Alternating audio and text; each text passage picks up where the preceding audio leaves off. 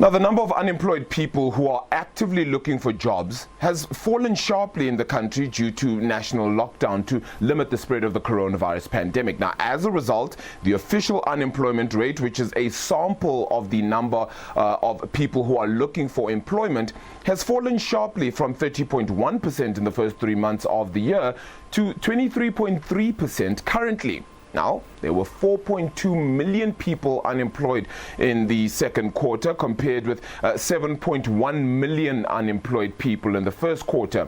People who are not looking for work were not classified as unemployed. According to Stats SA, 2.2 million jobs were lost in the second quarter.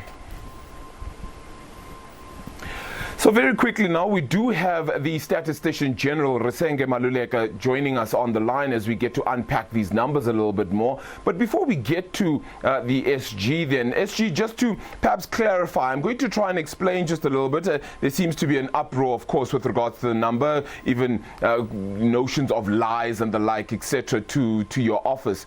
My question is, or perhaps if I begin by explaining this sentiment, we effectively had 5.6 million people leave South Africa's labor force in the second quarter, and a lot of that is because they couldn't look for work, and even though they were discouraged employees, they just couldn't be employees anyway at that time because they weren't looking for work. So that means the labor force then decreased, and of course you still had the number of employed people also fall off by 2.2 million. So is that exactly what has happened in this, and that's why you have the figure of 23.3% in the second quarter?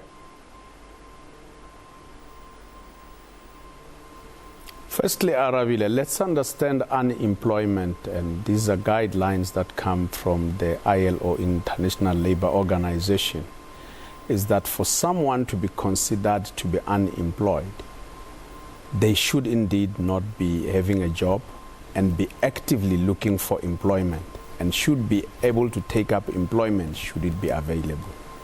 So if you and I are now employed and we are looking for another job, we are not considered as unemployed because we have a job. But also, it means that if people are not actively looking for employment, they cannot be considered as being unemployed. So what has happened during the lockdown is that other than the 2.2 million jobs that we have lost in those that were employed, we didn't have people looking for employment, actively looking for employment. So we saw the number of those that were unemployed in the first quarter, which was the number was sitting at 7.1 million, declining to 4.3 million persons. And this is the 4.3 million persons that represents the 23.3%, because there is now a lesser number of people who were actively looking for employment. Yeah, 100%. And I get a gist of these numbers then as well. Of course, the questions around just whether this number truly reflects how things have gone just because of the delay when you were able to actually do and conduct the survey. How significant a change? As we know, yes, things can be altered, of course, at a later stage as well if you get more information. But was there a massive change in how you had to collect this data because of the two delays in reporting this number? Firstly is that the delays only occurred once we had come out of field. It is because, one, we had used for the first time telephone-assisted interviews, because during the lockdown, our field workers could not go and meet with members of the public face-to-face, a matter that we have repeatedly communicated with the public in our appeal for them to be available for telephones. That would introduce what we call a bias in statistics terms, because we only reached out to people whose telephone numbers we had. But we have a way of eliminating bias as statisticians in official practice. In this regard, we went back to our historic records of how the people had dealt with issues of unemployment and how the patterns were looking. And then we were able to eliminate such a bias. Having eliminated the bias, then we came back, and the delays that we announced in making sure that this number, the rate of unemployment is released, is because we were dealing with looking at the numbers. We had to make sure that by the time we make the number public, we are on solid grounds, and having looked at historic records and having unpacked everything in our language as statisticians, we call it data confrontation. You tear the data apart and repackage it and look at what is the picture that we are getting. This phenomenon that we are seeing in South Africa is not only for South Africa. All over the world, we have seen a decline in the number of those who are employed, as well as the number of those who are unemployed, because when countries instituted their lockdowns at different stages, people could not actively look for employment. Only took the US and Canada showed increases in those that are unemployed and those that are employed. But otherwise, this phenomenon is all over the world. Mr. Maluleke, just as a final question then to you, is taking into consideration the fact that COVID-19 did not allow people to actively be able to look for work, would it be fair for one to statistically be able to say that that number is bound to bounce back, because people are bound to get back into the market, because in the third quarter, the stages of the lockdown were a lot less and people were able to go out and look for more jobs?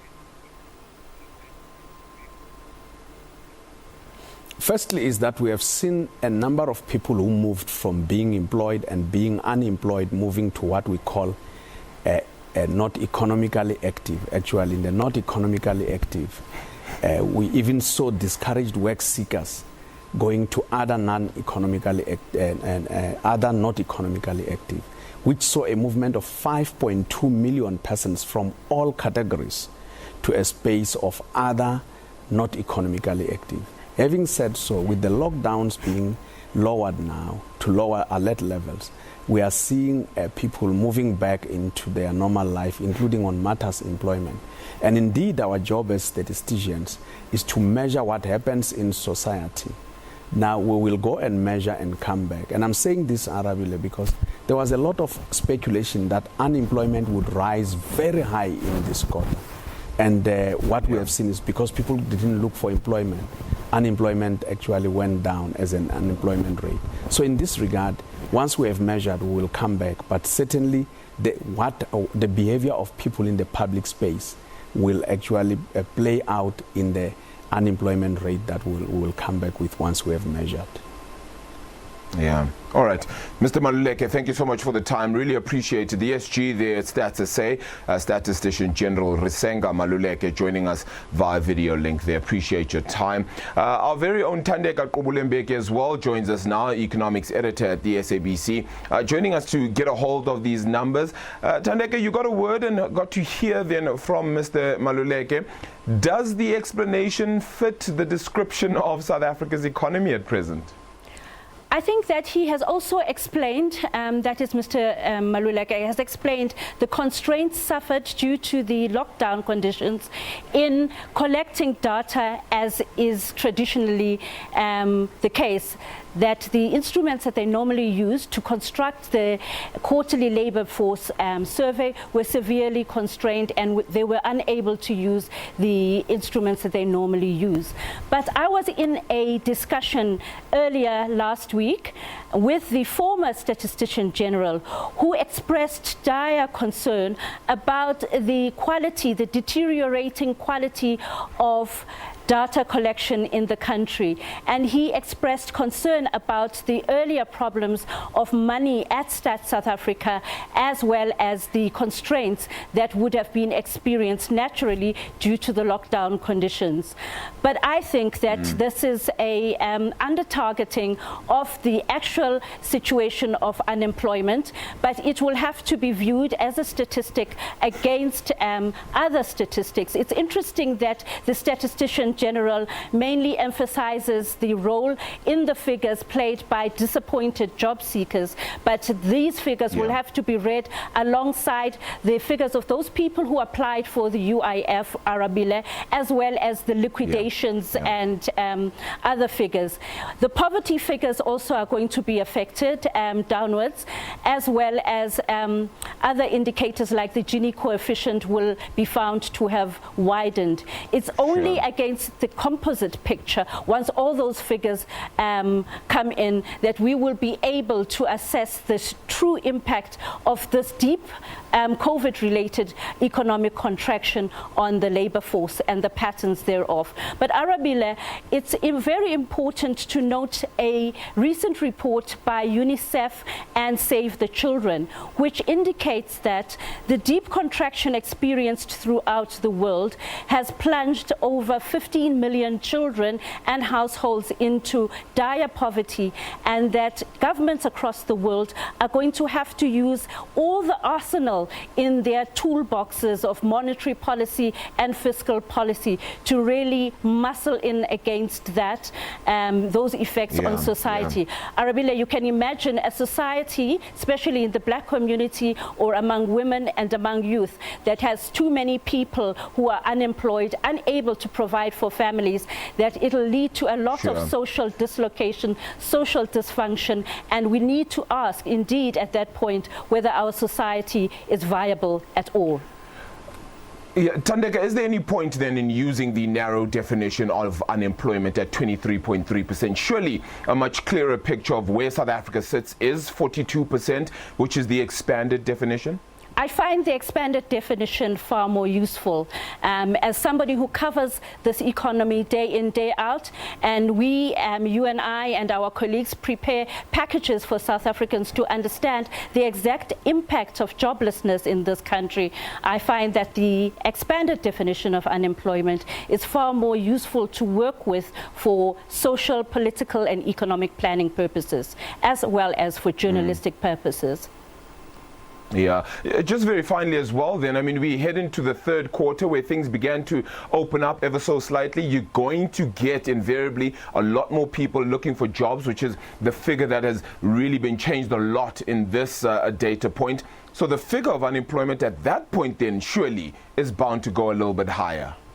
We'll see fewer disappointed job seekers as people come out of their homes due to the lifting of lockdown and going to stand outside the different government offices and Labour Department offices seeking for work throughout the economy. And as sectors like tourism come back into play, we're going to see those GDP figures pick up. But also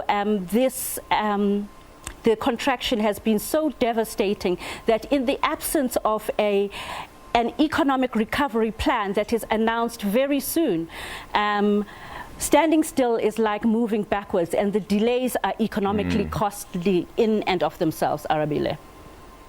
Yeah, I said the last question, but actually I want to talk about that economic plan that we are waiting for from President Cyril Ramaphosa that we still haven't received as yet. At the same time, you have Finance Minister Tito Mboweni set to deliver the medium-term budget policy statement, which also hasn't actually been set a date for as yet, according to Parliament. Well, we are told that it'll be somewhere at the end of October that Minister Mboweni takes to the podium in Parliament and delivers the midterm budget statement. Let's hope that this that the end of October is not delayed any further. But we need some finality as a country and as a people on the economic recovery plan, because the longer we delay implementing the mechanisms for economic recovery, the longer we will deal with deeper economic scarring that will take longer to repair. Thandeka Gqubule-Mbeki, SABC News Economics editor, thank you so much for your time this afternoon. Those numbers, absolutely scary. Let's cross on over now to the world of business and get their reaction. Then Martin Kingston from Business Unity South Africa joins us as well on the line. Martin, thank you so much for your time this afternoon. Perhaps, yes, your reaction to the number, but again, understanding where it comes from and what has exactly happened. Is it a fair reflection of what actually happened in that second quarter, you feel?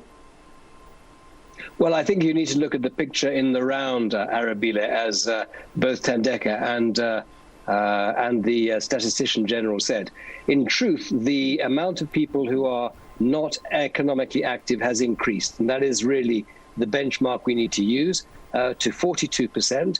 2.2 million people have effectively lost their jobs in the second quarter. We're deeply concerned about that. Not surprised. We've had a contraction of 30% in our economy over the same time frame. Our concern is that actually these people are not necessarily going to be able to find gainful employment as we try and reboot the economy as we are now at level 1 and we come out of lockdown, recognizing that we're still going to have to preserve a whole host of measures to curb the transmission of the virus. So we're going to have to look at job-rich interventions, exactly as Thandeka has said in the context of our economic recovery plan as a country, recognizing that we're probably going to anticipate a contraction of something like 10% in the size of the economy for this year alone. Yeah, look, it's aesthetically pleasing to have a number of 23.3%, but the underlying factors, as we make note of, are very, very dire in this scenario. The expectation can be then for the third quarter for things to get perhaps a little bit worse from here on in, statistically speaking anyway. But South Africa's economy is not doing well, and yet we still don't have a footing on the plan going forward, or the action that will be taken going forward coming out of this COVID-19 pandemic.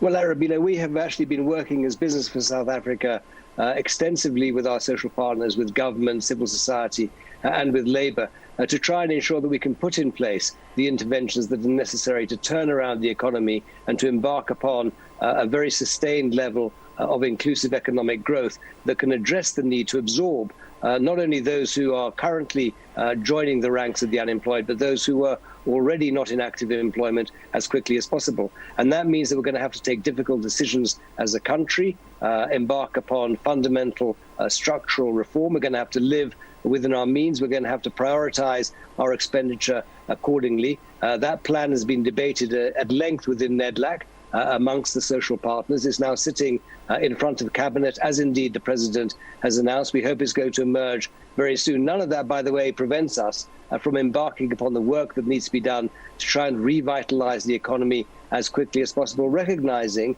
that we are still effectively in lockdown and not firing on all cylinders as we actually need to do in our current set of circumstances.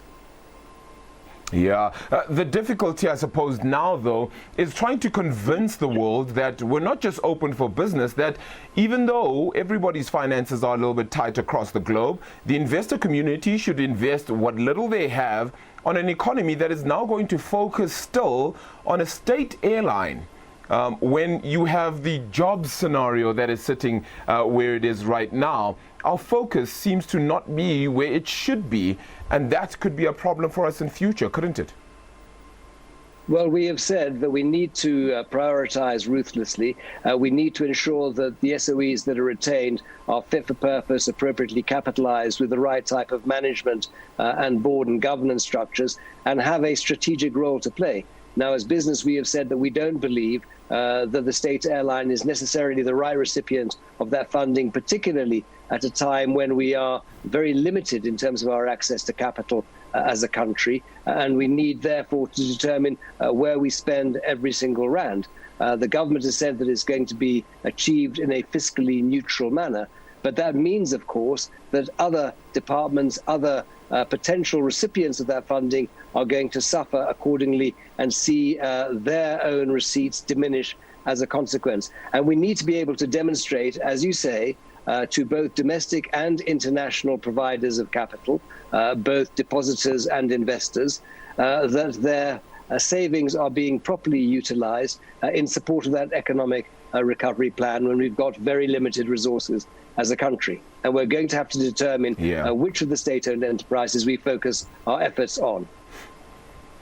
Yeah, perhaps none of them at this time, when really the South African public are in dire need of this better life for all that the government continues to tout. Martin Kingston, appreciate your time this afternoon. He's from Business Unity South Africa, then having joined us then on the line.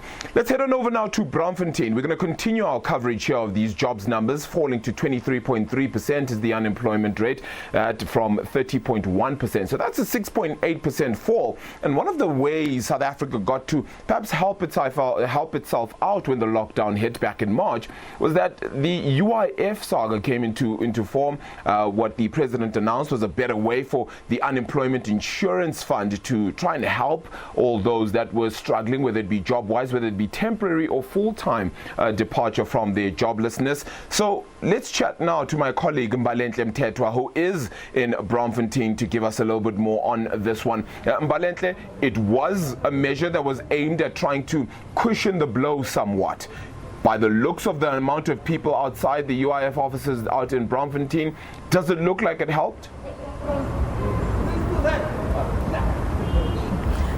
Arabile, you make quite a valid point.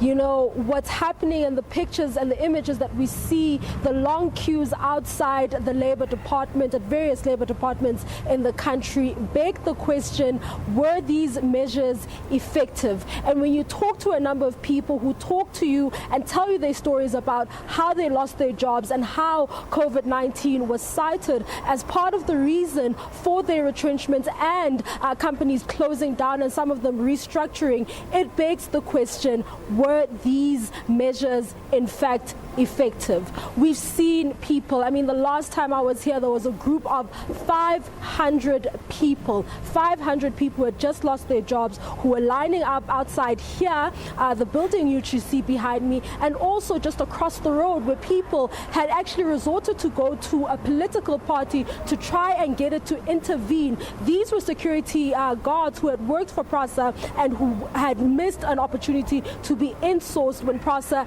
was undergoing that process. We understand that PRASA at the time said they were not in a position to insource people who had criminal records, and some of those individuals did not meet, you know, some of the minimum requirements in order to be insourced. We've seen a lot of people. The job losses have not only affected those who are deemed as unskilled and uneducated, but they have actually cut across the board. The educated, the well-skilled individuals have also found themselves on the unemployment line. We'll look at the SA Express workers who have also found themselves on the unemployment line, and these are workers who are highly skilled and highly educated, people who are engineers as well as some of them being pilots. So essentially the job losses have been indiscriminate and have affected all South Africans since the COVID-19 pandemic came into effect in South Africa. Yeah, as you say, it's a broad-based bloodbath, and the 2.2 million that we lost is certainly across the board, across many sectors as well, as evidenced by these numbers as well. Then, just very quickly also, I mean, it's very important to note here that we are trying to extend everything from the UIF to the TERS sort of payments as well, made to people who are suffering as a cause of COVID-19. That continuation, is it going to be helpful? Can it continue to be helpful? And how long do you think government is going to have to continue this for in order to aid all those people that have lost jobs? Arabile, in my opinion, in my view, I do think that it might need to be extended a little longer. We understand that it's been extended twice already, and given the picture on the ground, with a lot of companies continuing with their restructuring processes, and with a lot more people finding themselves without a job, it seems as though we could see an uptick of the number of people applying for that TERS UIF benefit scheme. Essentially, we've seen a number of people surviving off of that benefit scheme. So far, I mean, based on a conversation I've had with the UIF spokesperson, they say they've paid out around 43 billion rand to qualifying applicants, and essentially there is a chance that, you know, the scheme could essentially spend more with the scheme now accepting new applicants. We understand that the payment of these benefits was temporarily paused after a report by the Auditor General of South Africa was released and found that ineligible South Africans had been paid millions of rands, and essentially some of them were as young, children who were as young as under 12 years old, and some of them were deceased and so on. So that payment scheme had to be paused temporarily in order to allow the fund to strengthen its control measures in a conversation I had with the spokesperson, he explained that they have strengthened those controls and they've started detecting a number of fraudulent claims and preventing them, which has actually prevented them and stopped them from paying them out, unlike what happened before, where they were being paid out without them being detected. We understand that the fund will be trying to bring those people who have benefited unduly from the scheme to book, and they are in the process of laying criminal charges against those people. But this thing, the TER scheme, was a benefit that was meant to at least protect livelihoods, as pronounced by President Cyril Ramaphosa, that he would like to see, the country protect both lives and livelihoods. But essentially it has fallen to, it has actually experienced a few challenges with regard to those fraudulent claims. Yeah.